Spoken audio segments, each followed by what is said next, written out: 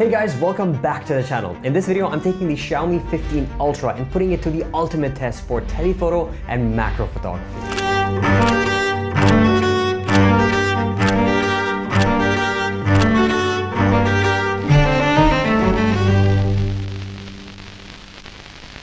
I want to find out why everyone is saying that the Xiaomi 15 Ultra is the best for telephoto and macro. I'm going to drop all of these photos into Lightroom and go with you one by one and figure out how good the quality is when you zoom in and pixel peep a little bit.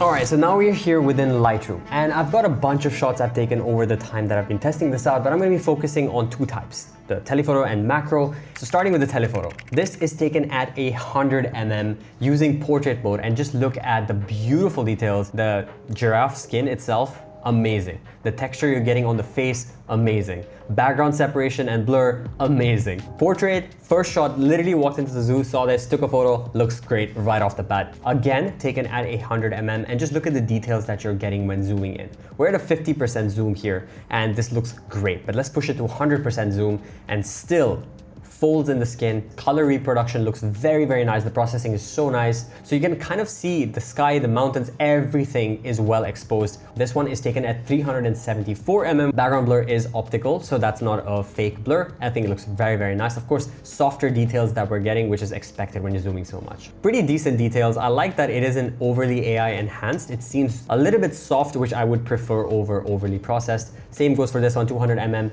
This one looks very good. The details, look at that in the antler. Wow, that looks very, very nice. This is also organic natural blur in the back, while the subject stays nice and sharp.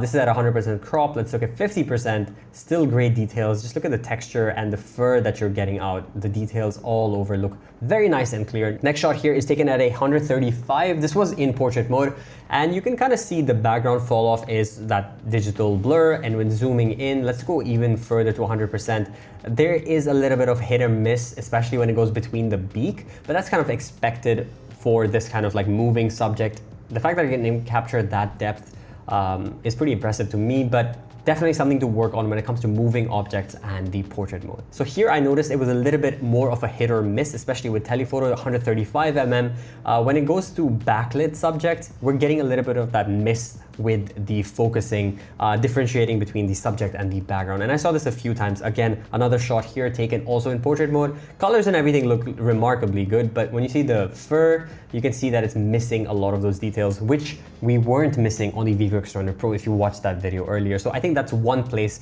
where we could see some improvement with the Xiaomi 15 Ultra, that edge separation. Now the next shot, I pushed this 595mm. This is like crazy amount of zoom.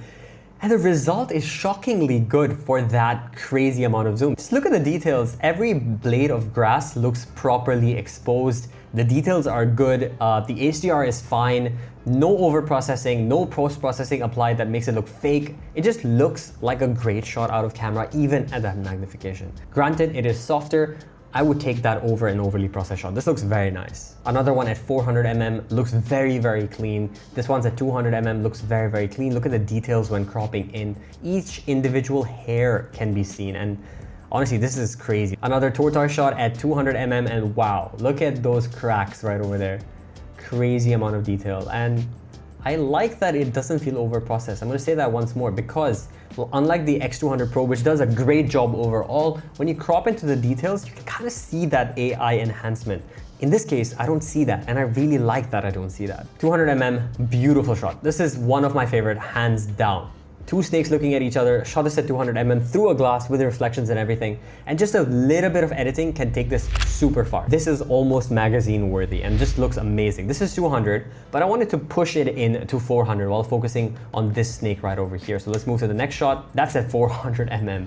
Applying the same settings, just look at that, guys. One tap, incredible details. And the Xiaomi 15 Ultra does a really good job, especially when magnifying and zooming in that far, even compared to the X200 Pro or the Oppo Find X8 Ultra. Next, we have this one at 400mm. This looks like it's straight out of Nat Geo kind of vibe. Like if I add a bit of contrast again, wow, this just looks so freaking good. Like honestly, I could frame that shot. I'm so happy with that. Obviously, it's a little bit softer, but 400mm through a glass, optical blur, amazing. Same goes for this one as well. The way the light's falling on it at sunset, just remarkable results from a phone. Now let's quickly go through these. These are all at 200 to 400 mm, and just look at the details we're getting out of this. Same for this one, 200 mm, and you can actually see the grass that it was eating is like stuck on its face, and just look at those details, guys. This is mind-blowing how much detail this actually captures, even zooming into 100% crop. Just take a look at these folds on the skin, on the ears.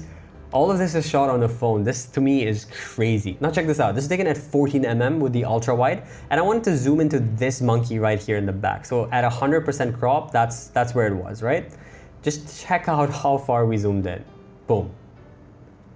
That is madness, the amount of zoom that we're getting. So all in all, I think the zoom and retention of details you get beyond 200 mm is far better than we even saw on the X200 Pro or the 5X8 Ultra when it comes to post-processing. All right, now let's take a look at my favorite, the macro shots. So this is taken at 158 mm, and just look at the magnification you're actually getting out of it. So I'm quite close to the subject, but I'm still able to zoom in, and which is one of my favorite things about tele macro lenses. The next one is of this lizard kind of thingy, focus fall off. Looks very, very nice. Details here as well look very, very nice. Next, we have this dragonfly, and just look at, that's crazy to me. Just look at those details, man.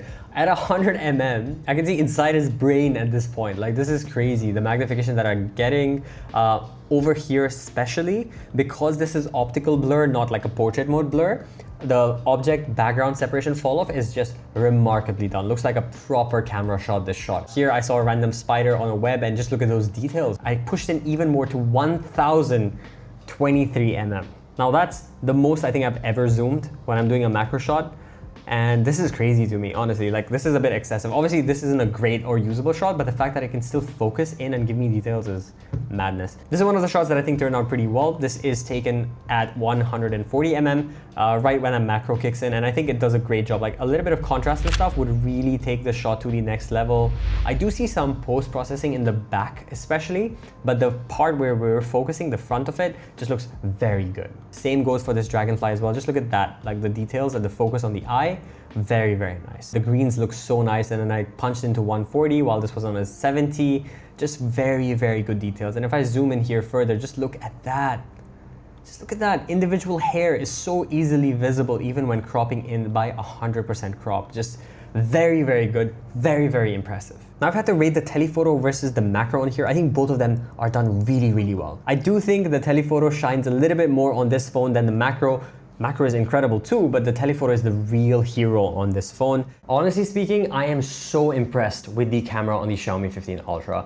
I did not expect it to perform as good as it did, especially because I was kind of spoiled by the Vivo X200 Pro, especially when zooming in with the processing. But with this, I feel like you're getting that natural look regardless of what focal length you're at. Even when you zoom in beyond the traditional zooms, the processing just feels so much more natural and really well balanced, even compared to the X200 Pro. I honestly can't think of something negative to say about this, except maybe the portrait mode, but otherwise, this is absolutely remarkable. I've also done some log video tests on this, so make sure you subscribe if you want to see that as well. I really hope you guys enjoyed this video. If you did, make sure you subscribe. Follow me on Instagram, I'm way more active there. But I'll be seeing you guys again in the next video. Until then, take care.